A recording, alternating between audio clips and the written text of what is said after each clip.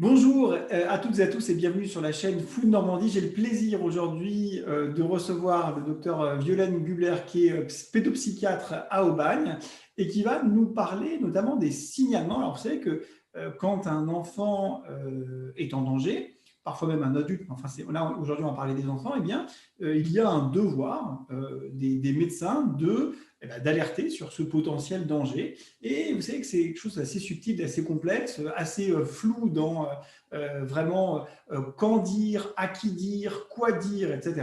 Et le docteur Violaine Gubler donc, souhaite un petit peu nous parler de ces difficultés. Elle a été experte auprès des tribunaux pendant plusieurs années. Donc, docteur Violaine Gubler, bienvenue sur la chaîne Food Normandie. Merci Merci de à nous avoir vous. proposé ce sujet. Est-ce que vous pouvez d'abord vous présenter?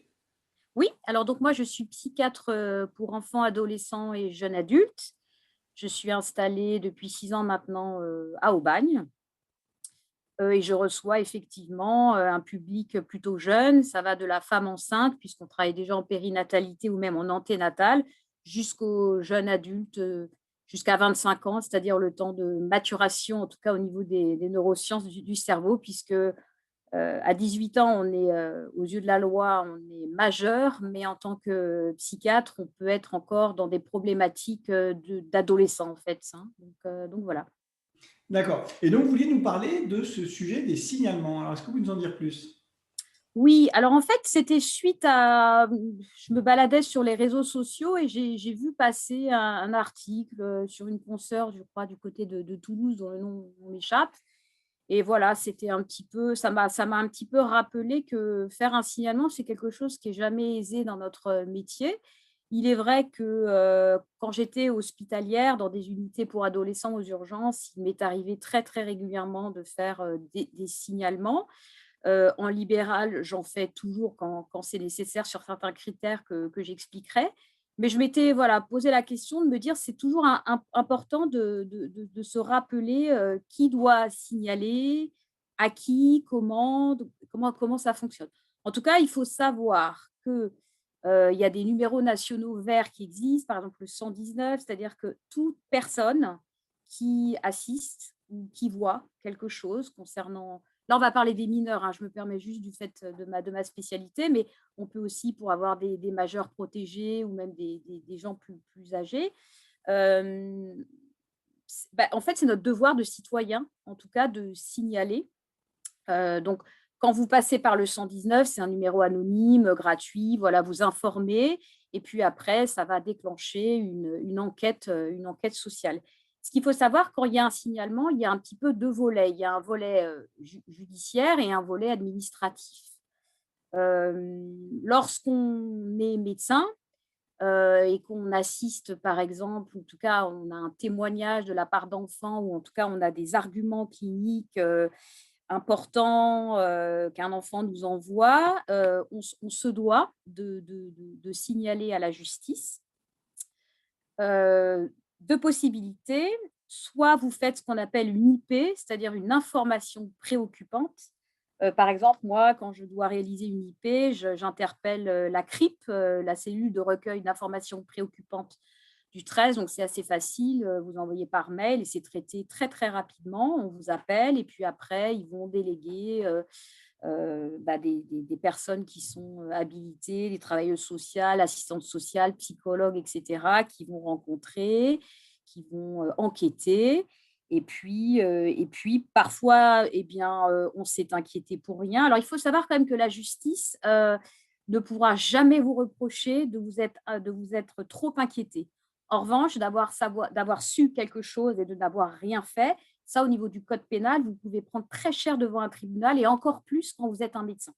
Parce que vous avez un comment dire, vous avez prêté un serment. Effectivement, nous sommes tenus au secret médical, mais il y a certaines, cas de figure où nous sommes, dans l'obligation de lever le secret médical et il faut savoir qu'en 2019, l'Ordre des médecins, en tout cas, a érigé un nouveau d'ailleurs, c'est sur leur site internet, un nouveau, comment ça s'appelle? Papier, en tout cas, une procédure pour simplifier.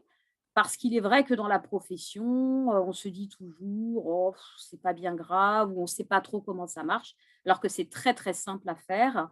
ce qui est très important, c'est que quand on fait un signalement, on n'accuse personne. En fait, on va éclairer, on va interpeller des services dont c'est le métier sur une situation d'un mineur. Et en aucun cas, on n'accuse personne. Voilà, ça peut être des cas de maltraitance sexuelle, de maltraitance physique. Il faut savoir qu'avec la pandémie, moi, je vois dans ma patientèle, bon, je reçois des enfants qui sont très anxieux, très agités, beaucoup de TDAH, des enfants qui ont des troubles du déficit de l'attention. Et ben, il y a peut-être plus de nervosité. Quand on était confinés, qu'on ne pouvait pas sortir, eh bien, il pouvait y avoir plus de fessées, plus de moments difficiles, en tout cas pour toute la famille. Et que, il est arrivé malheureusement, d'ailleurs on entend souvent dans les médias hein, des histoires un petit peu sordides sur des enfants, voilà, des parents qui n'ont pas pu s'arrêter de donner des coups, des choses comme ça. En tout cas, c'est important de se rappeler que c'est notre devoir et que on n'accuse personne. Voilà. Ce qui est important mais vous pouvez regarder sur le site internet, ils vous ont fait un papier déjà pré-rempli et en fait, c'est assez simple, c'est-à-dire qu'il faut toujours noter, les dires de l'enfant ou de la tierce personne qui l'accompagne, entre guillemets, en italique, puisque nous, on n'accuse personne. Nous, on recueille une information et après, on envoie au service, idoine pour faire une exploration et des investigations plus ou moins poussées. Voilà. Tout à fait. Alors, donc ça, vous avez raison, hein, ce n'est pas forcément, ce n'est pas accuser quelqu'un. Effectivement, c'est fondamental de le dire. C'est le rôle du médecin, mais c'est le rôle, comme vous l'avez dit très justement, de tous les citoyens, en fait, hein, d'alerter quand il y a une difficulté. Moi, ce que j'ai remarqué dans ma pratique, je ne sais pas si c'est le cas aussi pour vous, c'est que le problème, ce n'est pas tant le signalement, c'est comment il va être traité. Et moi, j'ai remarqué, mais je ne sais pas si c'est spécifique à la Normandie ou pas, que les personnes finalement qui vont traiter ces informations-là, et notamment les travailleurs sociaux, ne sont pas toujours finalement formés aux problèmes psychiatriques et ont parfois une lecture, comment dirais-je, des difficultés des parents ou des enfants, ou des deux, parce que c'est quand même souvent les deux, qui est une lecture, je ne veux pas dire moraliste, je ne veux pas dire de curé, de chapelle, je ne veux pas être désobligeant avec qui que ce soit, mais une lecture qui est peut-être pas éclairée sur le plan scientifique ni sur le plan médical.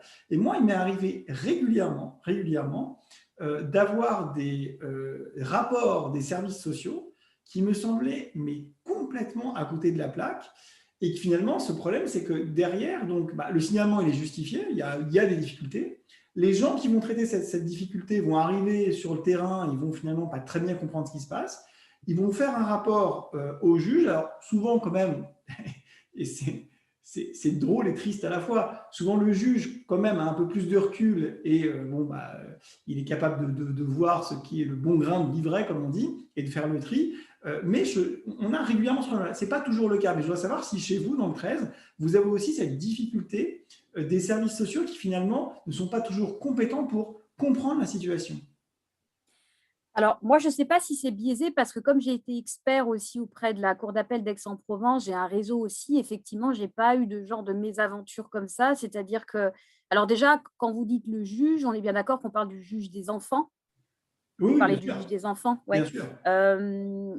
Écoutez, même moi, quand j'étais responsable d'une unité pour adolescents à Toulon, que je faisais des signalements des fois en urgence parce qu'il y avait eu des choses dramatiques qui étaient arrivées à domicile, il m'était arrivé parfois d'être même reçue avant les parents et l'enfant ou l'ado par le juge des enfants qui souhaitait avoir mon point de vue Mais ça, et ainsi que les travailleurs sociaux qui avaient pu travailler, en tout bon, cas, ça, c'est sur le formidable. dossier. Ouais. Mais ça, c'est J'ai pas. formidable. Mais ça, Ah oui, c'est ça ce c'est qu'il faut génial. faire. C'est-à-dire que là, clairement, vous voyez, ce que vous me décrivez, ça me rassure, mais ce que vous me décrivez, c'est formidable. C'est du bon sens et c'est logique. C'est-à-dire que le juge ou les travailleurs sociaux viennent vous solliciter pour essayer de comprendre la situation, avoir un éclairage médical. Moi, j'ai eu des situations où je n'ai même pas été sollicité. C'est-à-dire que des enseignants, et encore une fois, ce n'est pas de leur faute, font des signalements, des personnes X ou Y font des signalements, les services sociaux s'en préoccupent, n'interrogent même pas le psychiatre et rendent un rapport, quoi. Alors, je peux vous donner un exemple là qui date d'il y a très très peu, en étant voilà le plus vaste possible pour pas effectivement pour garder un petit peu l'anonymat. Euh, L'école fait un signalement pour une enfant, une histoire familiale compliquée, et cetera. Bon, je suivais l'enfant pour une problématique compliquée, mais j'avais estimé qu'il n'y avait pas d'urgence à faire un signalement dans le sens où on était au travail avec les parents, on mettait des mots sur ce qui se passait, et cetera. Mais bon, je l'avais quand même en tête.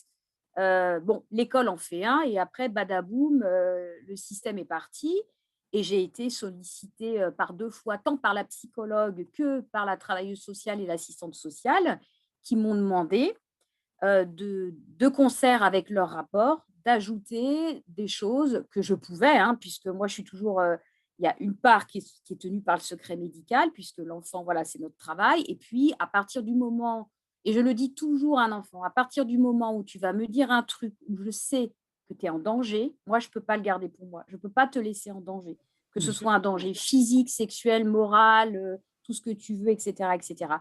Et là, j'ai à nouveau une belle, prise en charge, en tout cas conjointe, alors je sais pas si c'est de par le statut de pédopsychiatre, je peux pas vous dire, mais en tout cas, moi, Non, non, j'ai mais pas de ça, j'ai beaucoup plus alors par ouais. contre, j'ai beaucoup plus de difficultés avec les juges aux affaires familiales.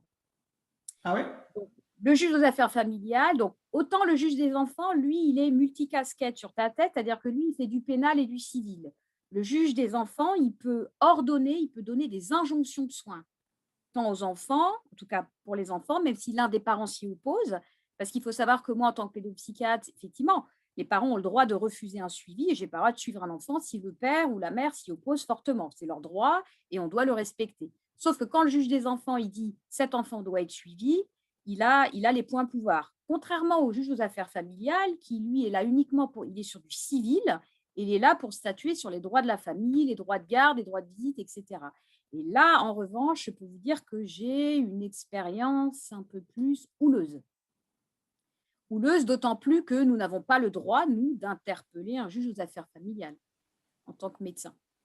D'accord, oui. Alors, moi, les exemples que je vous donne, donc, où moi, j'ai même pas été sollicité, où l'IP a été fait, l'information préoccupante a été faite par des tierces personnes, c'est pas systématiquement le cas, hein. Par exemple, là, j'ai reçu un mail il y a quelques jours pour justement une information préoccupante qui a été faite par l'école. Là, effectivement, les services sociaux me contactent en me posant des questions qui me semblent hyper adaptées. Est-ce que c'est vrai que le patient est suivi? Quelle est la fréquence du suivi? Est-ce que selon vous, il y a une mise en... Vous voyez, ça, c'est pas systématique, hein, on est bien d'accord, mais régulièrement, il m'est arrivé, j'ai eu, par exemple, un truc qui m'a vraiment choqué en tant que médecin, une famille, les 2 enfants ont été retirés du jour au lendemain aux parents, mais vraiment complètement du jour au lendemain, pendant 5-6 jours. Alors, heureusement, le juge s'est rendu compte que c'était complètement inadapté et les enfants sont revenus et l'affaire a été close. Mais vous voyez que cette situation-là, je n'avais même pas été sollicité. Les enfants, je les suivais depuis un certain temps. Il n'y avait vraiment aucune raison de faire une information préoccupante, aucune. Franchement, ce serait complètement déraisonnable de le penser. Mais l'emballement de la machine, la peur des conséquences, finalement la judiciarisation de notre société a créé cet emballement où les gamins ont été mais vraiment retirés du jour au lendemain. Alors c'est un traumatisme qui est terrible pour les Après, enfants ça et pour les parents. dépend, ça dépend peut-être du motif aussi de l'information préoccupante. Bien sûr, bien sûr. Moi, En j'ai un général, c'est fait exemple, pour. Hmm. ouais, j'ai un exemple lorsque j'étais à Toulon, d'une maman qui malheureusement s'était mise à délirer avec un délire de persécution et qui habitait dans une tour et qui avait comme ça proféré plusieurs fois des menaces de défenestration avec ses plus jeunes. Elle avait même fait une sup pathologique, etc. Et bon, j'ai pris mon courage à 2 mains, j'ai traversé la route. En face, il y avait le commissariat de police. On a discuté avec les policiers et le procureur de la République chargé des mineurs, là. Et ils sont allés chercher brutalement. C'était quelque chose de très traumatique, mais là, il y avait une mise en danger de mineurs, c'est-à-dire il y avait vraiment un risque de passage à Mais là, l'acte c'est justifié. suicidaire altruiste qui était déjà énoncé plusieurs fois. Et les enfants ont été arrachés brutalement à la mère pour être placés dans un foyer d'urgence et le papa a pu les récupérer quelques jours plus tard. Mais là Et c'est archi justifié. Oui, mais il est vrai que c'était d'une violence pour Mais la bien sûr, mais quand c'est fratrie justifié, très c'est une histoire compliquée. bénéficerie. C'est-à-dire que si vraiment Oui, il y a un danger, et là, franchement, la situation me semble effectivement tout à fait légitime, de retirer en urgence, dans la minute, les enfants à leur maman, parce que la maman est très malade, il y a un danger, etc. Il n'y a pas de souci. Mais vraiment, moi, je vous parle d'une situation où il n'y avait aucune raison. Les parents, les gens qui travaillent, il n'y a vraiment aucun souci. Et il y a eu un emballement. Alors oui, ça n'a pas duré longtemps. Oui, ça a été corrigé. Mais enfin, quand même, parfois, il y a un emballement et cet emballement, il est grave, surtout quand le psychiatre n'a pas été consulté avant. ouais, Vous voyez ce que je veux dire? Vous, ce que vous décrivez, c'est un travail en collaboration, un travail en bonne intelligence, un travail raisonnable, et c'est ça dont on a besoin. Et les informations préoccupantes, c'est un outil qui est indispensable, c'est un outil qui est extrêmement utile, c'est un outil qui n'est pas assez utilisé, mais qui doit être fait en concertation. Enfin, vous voyez ce que je veux dire? Je oui, suis vraiment exactement. étonné du décalage entre la manière dont ce que vous me racontez se passe, qui me semble légitime et utile, et les quelques fois où moi j'ai vu quelque chose qui était complètement déconnant, quoi. Ouais. Ah bah, après, ça peut arriver peut-être que dans la précipitation, d'autant plus si Ouais. ça survient en période de pandémie où on est tous peut-être plus à cran ou peut-être plus. Enfin, en ce moment, est-ce qu'on réagit avec la tête froide en ce moment tous? Je sais pas. En tout cas, je sais pas s'il y a un peu de. Je sais pas si c'est récent votre exemple, Non, mais non, mais c'était avant, mais vous avez raison de parler de la pandémie, et on peut en parler d'ailleurs si vous voulez. Il y a clairement, enfin je ne sais pas comment vous le ressentez, il y a une tension dans la société qui est terrible. On a des données chiffrées, statistiques, qui montrent qu'il y a une augmentation considérable de la dépression, du trouble anxieux, en particulier chez les jeunes, en particulier chez les jeunes femmes, et en particulier encore plus chez les jeunes femmes précaires, mais chez tout le monde, mais en particulier dans cette population-là. Donc je ne sais pas, vous le ressentez ça aussi? ah bah, je le vois au cabinet, c'est-à-dire qu'après le premier confinement, les premiers cas sont arrivés. Bon, on habite en Provence, les gens ont de la place, voilà, on est à la campagne. Donc, à partir d'avril, on a commencé à voir des tableaux cliniques. C'était surtout les adolescents qui ont décompensé des espèces d'états quasi délirants, un peu bouffées délirantes, mais c'était très phobo-obsessionnel avec des angoisses sur la mort, etc. Ce qui est le propre d'ailleurs à l'adolescence aussi, de se poser plein de questions sur la mort. Mais depuis la rentrée de septembre, beaucoup, beaucoup de troubles chez les petits, dans les écoles maternelles avec le port du masque, l'absence de contact avec les câlins ou les gâtés, comme on dit en Provence, avec les enfants qui ont des retards de langage, qui n'ont pas d'intention conjointe, qui sont très agités, très anxieux, avec des troubles du sommeil, qui régressent énormément, pipi au lit ou dans la culotte toute la journée, avec des parents qui sont très, très désarmés, et puis les adolescents qui ont les troubles du comportement alimentaire ont explosé, énormément de cas d'anorexie mentale, tant chez des jeunes garçons que des jeunes filles, avec des pertes de 15-20 kilos de manière vertigineuse, et puis beaucoup de troubles anxieux, de scarification et puis de tentatives de suicide, ouais. Ouais. Est-ce que vous avez remarqué, moi je ne sais pas hein, si c'est le cas mais chez vous, mais moi je l'ai vraiment remarqué, beaucoup plus de phobie scolaire aussi.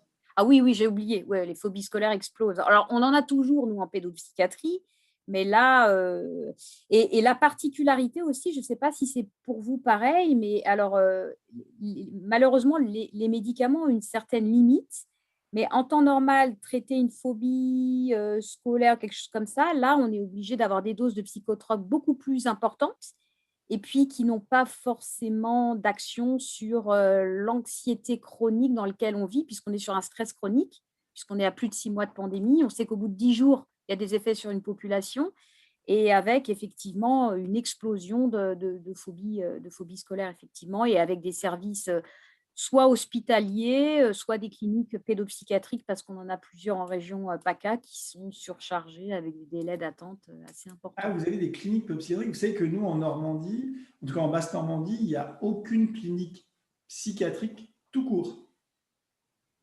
Ah Tout oui, court, tout court. oui. Il n'y a même pas besoin de chercher pédopsychiatrique. Il n'y a aucune clinique psychiatrique tout court en Normandie, en Basse-Normandie. C'est D'accord. invraisemblable. Alors, bon, il y a des raisons un petit peu politiques et historiques, mais on n'est pas là pour en parler, mais Ouais, c'est vraiment très, très spécial. Donc, ouais. effectivement, même si l'hospitalisation est vraiment la situation de dernier recours en psychiatrie de l'adulte d'ailleurs ou de l'enfant, parfois, malheureusement, on en a besoin. Quand on arrive un peu tard dans la situation, parfois on en a besoin et on est bien embêté parce que la plupart des services hospitaliers publics, finalement, il n'y a pas beaucoup de place. Je ne sais pas comment c'est chez vous, mais chez nous, il n'y a pas beaucoup de place. C'est pareil en région PACA, c'est pareil. Mmh. Voilà. Et puis souvent, les gamins se retrouvent en pédiatrie où évidemment, c'est juste pas leur job. Donc forcément, ils se retrouvent avec des fractures de la jambe, ils se retrouvent avec enfin, des trucs qui n'ont rien à voir. Et puis, les soignants ne sont pas forcément formés aussi bien que dans les services psychiatriques spécialisés. Et donc, on se retrouve avec des situations qui sont vraiment très, très compliquées. Ouais. Ouais. Donc, oui, non, très inquiétant. La phobie scolaire est vraiment, on voit une explosion extrêmement importante. En particulier, moi, je trouve chez ceux qui se sont sentis extrêmement bien pendant le confinement. C'est-à-dire que ceux qui ont goûté, je trouve que le plus dur, c'est pour ceux qui ont goûté à l'absence d'école pendant plusieurs semaines. Et l'idée d'y retourner a été vraiment extrêmement difficile. Moi, je peux vous dire que dans ma patientèle, mes patients qui étaient, entre guillemets, phobiques et qui étaient sous traitement, ils étaient comme des poissons dans l'eau, hein, tout en visio, les courses en drive, enfin, tout par Internet. Et effectivement, là, la reprise Mais je dirais quand même que la pandémie nous fait voir des gens qu'on n'aurait jamais vus quand même, hein. Oui. Moi, j'ai énormément de nouveaux jeunes que j'aurais jamais vus, qui n'avaient aucun antécédent particulier et qui brutalement, mais de manière très, très, très brutale, décompensent des états assez inquiétants qui nécessitent des traitements psychotropes, bithérapie, voire trithérapie, enfin des choses assez lourdes, hein, pas juste de l'homéopathie. Et puis aussi quelque chose, la population étudiante, tous ces jeunes qui ont passé le bac en contrôle continu en étant confinés, qui n'ont pas eu cette espèce de rituel de passage et qui se retrouvent en faculté face à des écrans et qui ont des cours. Moi, j'en ai une qui est en double licence LVRX et ils ont cours que le soir parce que le prof est à Lille, etc. Donc, les troubles attentionnels explosent parce que passer des heures devant un écran, il y a une grande fatigabilité cognitive. Et effectivement, ils sont très isolés, ils sont en grande souffrance, hein, nos jeunes post-bac. Alors, je ne dis pas que les autres non plus, mais ceux qui ont passé le bac pendant le confinement et qui se retrouvent en post-bac, ils sont très, très fragilisés. Énormément, énormément. Oui, c'est toujours la même chose, c'est toujours ce modèle biopsychosocial, c'est-à-dire que C'est si ça. la société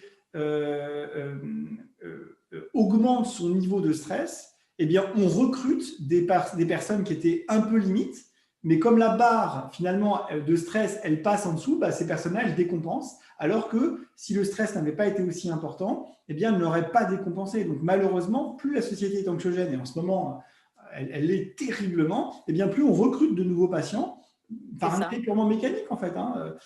C'est comme si, je ne sais pas moi, on se mettait à avoir des portes d'1,60 m au lieu je sais pas combien font les portes, 1,90 m ou 2 mètres. Et ben, si on met toutes des portes d'1,60 m au lieu de 2 mètres, et ben, le mal de dos il va être plus important parce que les gens de plus d'1,60 m vont commencer aussi à devoir se baisser. Si les lits font 1,60 m au lieu d'1,90 m, pareil. Et si les voitures rapetissent aussi. Donc, c'est pareil que pour finalement tous les paramètres dans la vie.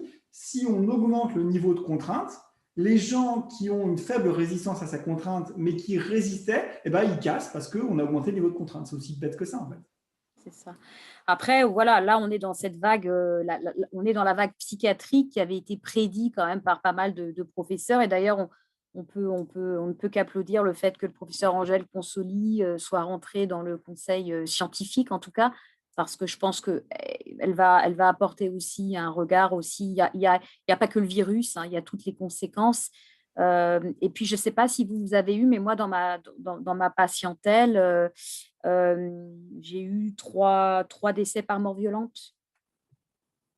Ouais, par pendaison. Alors, c'était un papa. Nous, on a eu une soignante dans parce que mon cabinet est dans un hôpital privé aussi. Et c'est vrai que là, on parle des troubles de l'humeur, mais effectivement, des gens qui n'étaient pas forcément, qui avaient une fragilité de l'humeur, mais qui n'étaient pas étiquetés comme ça. Et là, effectivement, c'est l'allumette qui a craqué et tout s'est embrasé. Et c'est vrai que j'ai en tête, en fait, depuis le début de la pandémie, c'est-à-dire que normalement, je n'ai pas la main lourde au niveau psychiatrique et au niveau psychotrope. Quand j'étais à l'hôpital, je voyais des cas très, très lourds, des décompensations délirantes ou des choses compliquées. Donc, effectivement, on prescrivait des psychotropes très facilement.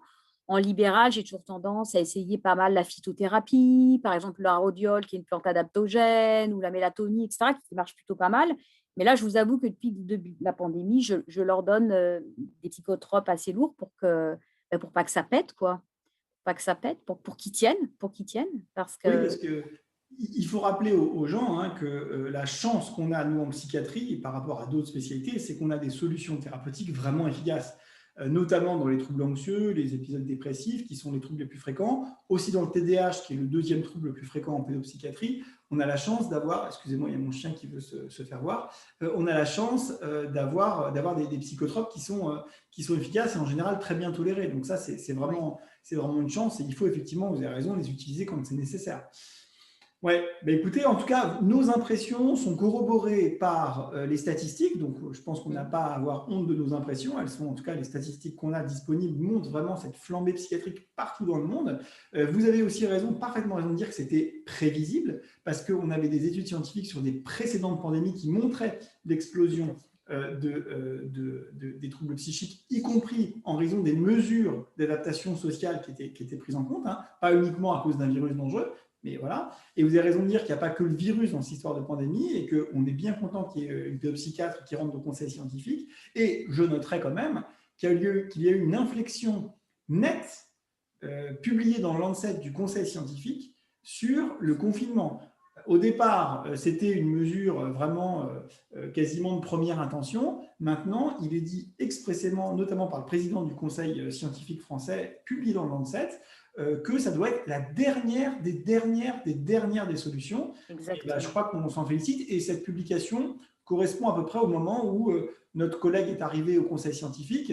Alors, je ne dis pas que c'est en lien direct, mais je pense que le recul qu'on a maintenant sur cette pandémie permet à tout le monde de se rappeler que l'aspect psychique, psychiatrique et sociétal est au moins aussi important que les gens qui meurent par virus et qu'on a peut-être plus à perdre dans notre société que purement un nombre de morts.